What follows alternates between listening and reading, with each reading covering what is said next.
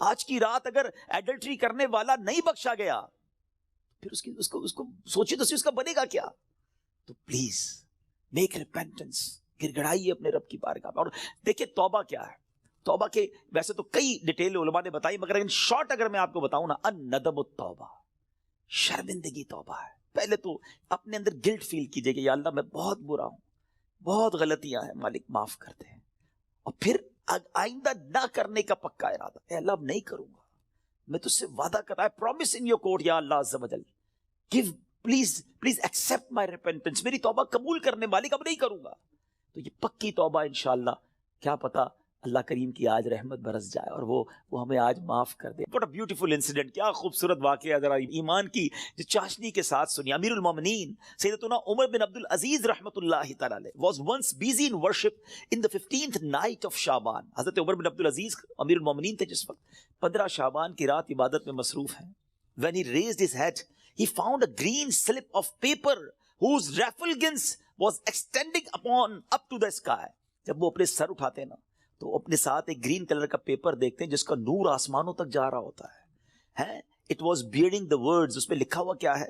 هذه براءة من النار من الملك العزيز لعبده عمر بن عبد العزيز.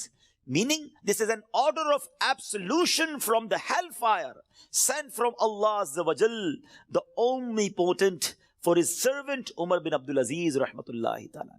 یہ اللہ کی طرف سے اپنے بندے عمر بن عبد العزیز کے لیے جہنم کی آگ سے آزادی کا پروانہ ہے. ہائے ہائے ہائے، جس سے رب راضی ہو ان کو ایسے انعامات عطا ہوتے ہیں. تو میرے میٹھے اسلامی بھائیوں اور مدری چینل کے ناظرین، ذرا سوچئے کہ ہم نے بھی تو اللہ سے مغفرت لینی ہے نا، ہم نے بھی تو اپنے رب کو راضی کرنا ہے. ہمارے بزرگان دین ہمیں سمجھاتے ہیں کہ یہ دنیا جی لگانے کی نہیں ہے. It's not too long, we have to go, we have to die. ہم سب کو اس دنیا سے جانا ہے. ذرا امیر المومنین حضرت ابوبکر صدیق رضی اللہ عنہ کا فرمان سنیں. وہ کیا کہتے ہیں؟ the leader of the believers سیدنا صدیق اکبر رضی اللہ عنہ would say during the sermon، ان کا ایک انداز ہوتا تھا، وہ خطبے کے دوران کیا کہتے ہیں؟ where are those with beautiful faces، کہاں ہیں خوبصورت چہروں والے؟ where are those who were arrogant about their youth، کہاں ہیں وہ لوگ جو اپنی جوانی پر بڑا ناز کرتے تھے؟ where have those kings gone who had magnificent cities constructed and had them fortified with giant forts؟ کہتے ہیں وہ بادشاہ کدھر ہیں جنہوں نے بڑے بڑے شہر بنائے اور بڑے بڑے قلعے بنائے، ان کی شان و شوکت ہوا کرتی تھی. where are those who were victorious on the battlefield، کدھر ہے وہ سپہ سالار اور وہ جنگجو جو میدان جنگ میں جیتا کرتے تھے؟ without any doubt time has ruined them and they are now lying in the darkness of the grave. بغیر کسی شک کے وقت نے انہیں ختم کر دیا، پامال کر دیا، اور آج وہ اپنی اندھیری قبر میں ہیں. hurry up، جلدی کرو، exceed in performing good deeds and seek salvation. سیدنا ابوبکر صدیق کہتے ہیں جلدی کرو اور اللہ کو راضی کرنے والے کام کر لو اور نجات حاصل کر لو. کاش یہ باتیں ہمارے دل میں گھر کر جائے. بندہ کہتا ہے یار ابھی تو ایک گھر ہے، 2 بنانے ہیں، ابھی تو چھوٹا ہے بڑا بنانا ہے، ابھی تو یورپ میں ہے، پاکستان میں بھی گھر بنانا ہے، ابھی تو چھوٹا بزنس ہے بڑا کرنا ہے، 5 ایئرز بعد یہ